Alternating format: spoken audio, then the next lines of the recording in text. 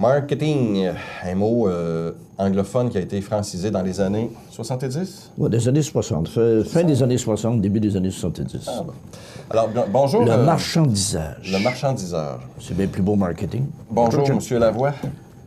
Ça va bien? Bonne année, hey, bonne année. C'est une nouvelle qui commence. Et oui, absolument. Oui, ça va bien. Toi aussi, ça va bien? Passer des belles fêtes? Très belle fête. Parle-moi de ça. Très belle fête, puis il y a toujours un petit volet nostalgique dans le temps des fêtes. Oui, absolument. On se rappelle des souvenirs, des ça, et c'est à peu près de ça que je vais vous parler ce matin. De produits qui nous viennent en mémoire, puis des fois, le temps des fêtes, tu sais, fait que ça réveille des souvenirs. Oui, effectivement. Puis, on va parler de produits. Il y a 15 jours, on a parlé d'échecs en marketing. Oui, oui. Parce qu'il y a eu beaucoup d'échecs, c'est pas juste des succès. Et le marketing repose toujours sur la découverte de besoins. Donc, oui, on découvre un besoin, on sort un produit. On découvre un besoin, on sort un produit. Mais est-ce qu'on a besoin de tous ces produits-là? Bien, des fois, on dirait que les compagnies essaient de nous créer des besoins pour sortir leurs produits. Et voilà. Présentement, écoute, là, c'est ridicule.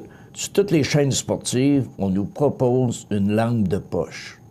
Une lampe de poche qui résiste à un camion de 10 roues qui passe dessus. Hey, moi, j'ai-tu besoin d'une lampe de poche qui va résister à un camion de 10 roues? Combien de personnes, ce matin, peuvent dire qu'ils ont déjà perdu une lampe de poche parce qu'il y a un camion de 10 roues qui a passé dessus? Ou un char d'assaut. Un char d'assaut. Un char d'assaut, c'est tellement fréquent dans nos rues, hein, c'est sûr. Non, mais donc, quand on regarde ça, c'est peut-être un peu le mauvais côté du marketing. Puis, de toute façon, dans les autres chroniques, on va en donner des exemples de pseudo-besoins.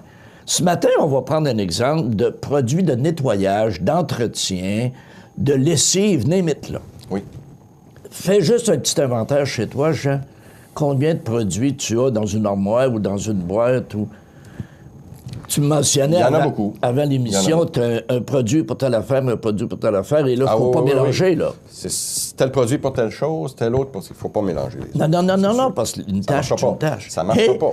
Alors que bien des tâches ménagères pourraient être comblées, remplies, avec des produits qu'on a déjà sous la main. Ah. Puis là, on va prendre des exemples tirés d'un livre qui s'appelle « Madame Chasse-Tache ».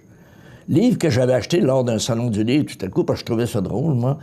J'ai dit, est-ce que ces gens-là sont inventifs? Et Dieu sait qu'on est inventifs. Et je reviens au temps des fêtes. Nos grands-mères faisaient disparaître n'importe quoi, avec à peu près n'importe quoi. Est-ce qu'il y avait 22 000 bouteilles? Absolument pas. Est-ce qu'il y avait un armoire? Absolument pas. Et là, on va prendre des exemples. Premier exemple. Y a-tu quelqu'un qui a jamais bu ça? Un Coke, un cola. Et qu'est-ce qu'on peut faire avec un cola? C'est épouvantable. On peut le boire. Oui, mais aussi, on peut enlever les taches de rouille sur le chrome.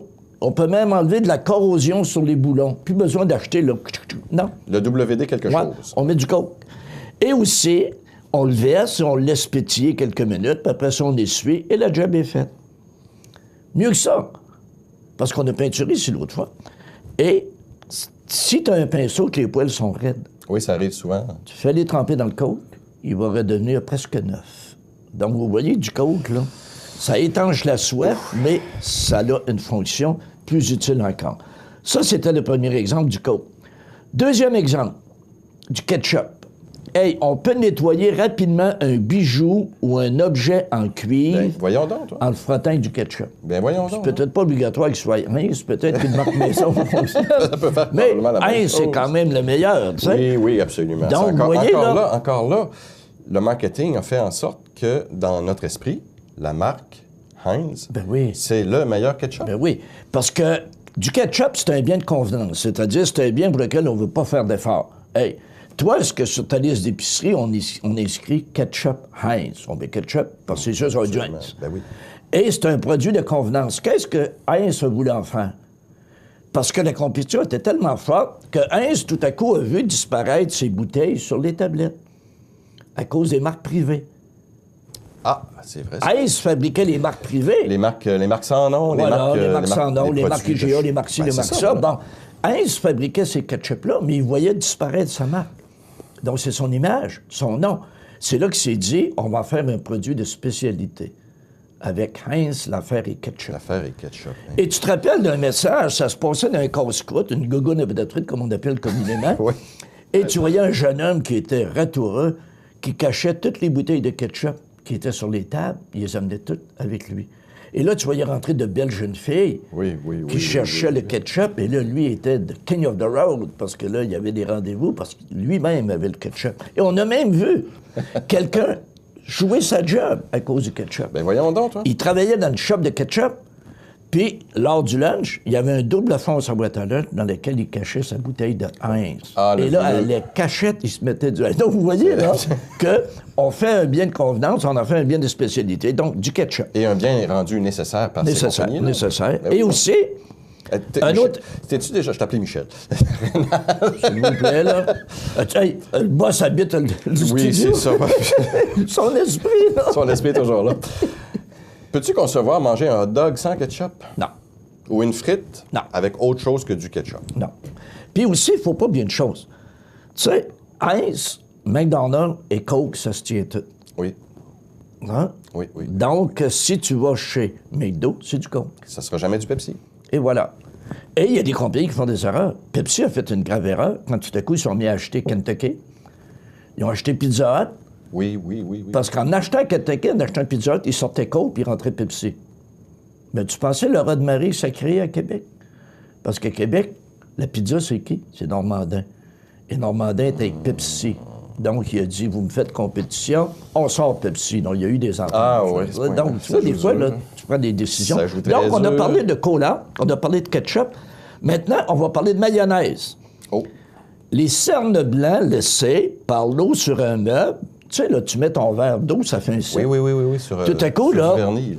Pour faire disparaître ça, tu vas frotter ça avec un linge doux et de la mayonnaise. De la mayonnaise. Et là, le meuble ne disparaît pas, mais les ronds, les ronds vont disparaître. Donc, tu vois que ça peut être utile, la mayonnaise. Hein? Ah, ben. D'autres exemples, l'huile d'olive. Ça, une poêle de fonte, là, quand c'est rude, et ça peut même commencer à vouloir rouiller, tu frottes ça tranquillement avec de l'huile d'olive et ça va y rendre toute son lustre. Elle va être comme si c'était neuf. Donc, tu vois que des produits de consommation courante peuvent rendre d'excellents services. D'autres exemples? Pour raviver le noir des lainages, plonger les vêtements dans l'eau de cuisson d'épinards, refroidi à la température de la pièce. J'aurais jamais pensé ça. Et voilà, tu pitches là, tu laisses quelques minutes et tu fais essorer, puis ça redevient noir. Donc, vous voyez que des trucs, il y en a pour les fins et pour les fous. Il s'agit juste d'être inventif et de les trouver. Mais il y a beaucoup de livres qui se vendent pour, justement, redécouvrir ces remèdes miracles de nos grands-parents. Ah ben oui. Et j'espère que ça va redevenir aussi populaire que les livres de recettes. Est-ce qu'il y en a des livres de recettes? Ah, il y en a. Presque, on pourrait dire que chaque artiste a son livre. Les Ricardo, les... de ce monde, bon, puis... Amenez-en, il y en a beaucoup. Et voilà. Donc, la semaine prochaine, on va parler aussi de produits que tout le monde connaît. On va parler du marché de l'automobile. L'automobile et d'un phénomène marketing qu'on appelle l'obsolescence planifiée. Donc, on planifie déjà en consommant le produit qui sera plus bon dans X mois. Mais effectivement, si on pense, la nouvelle qui est sortie tout dernièrement à propos des iPhones, elle a fait que la compagnie Apple s'arrangeait pour que la pile, ou pas que la pile, mais que le système ralentissait à chaque mise à jour pour, justement, soi-disant, les gens qui ont sorti la nouvelle, soi-disant pour obliger les personnes à changer leur appareil, à racheter un appareil. Tu sais que pour les webeux, les vrais, là, si t'envoies un texto, si t'as pas répondu dans les secondes qui suivent, t'es malheureux, tu n'envoies un deuxième, un troisième. La rapidité. Donc, ce monde-là, ils veulent des choses rapides. Oui. Durant mes études, ce qui fait tellement longtemps, très longtemps, j'étais abonné à un magazine qui était un magazine extraordinaire, ça s'appelait Mad Magazine. Le magazine des méchants. Oui. Et à tous les numéros, il nous montrait comment on fabriquait des produits pour abuser des consommateurs. Et je me rappellerai les fameux crayons, les beaux crayons jaunes avec lesquels on écrivait, là. Et on nous montrait qu'au lieu de mettre une mine à la longueur dedans, on mettait des bouts de mine, mais jamais à la même hauteur. Et tu sais que tu avais des perfectionnistes. Dans le temps, tu aiguisais ton crayon. Si la mine n'était pas dans le plein centre, tu continuais à aiguiser. Elle n'était jamais dans le plein centre. Donc, autrement dit, pour les maniaques, tu brûlais le crayon juste one shot à l'aiguiser et tout ça. Donc, est-ce qu'il y a eu des abus? Oui, il y a eu des abus.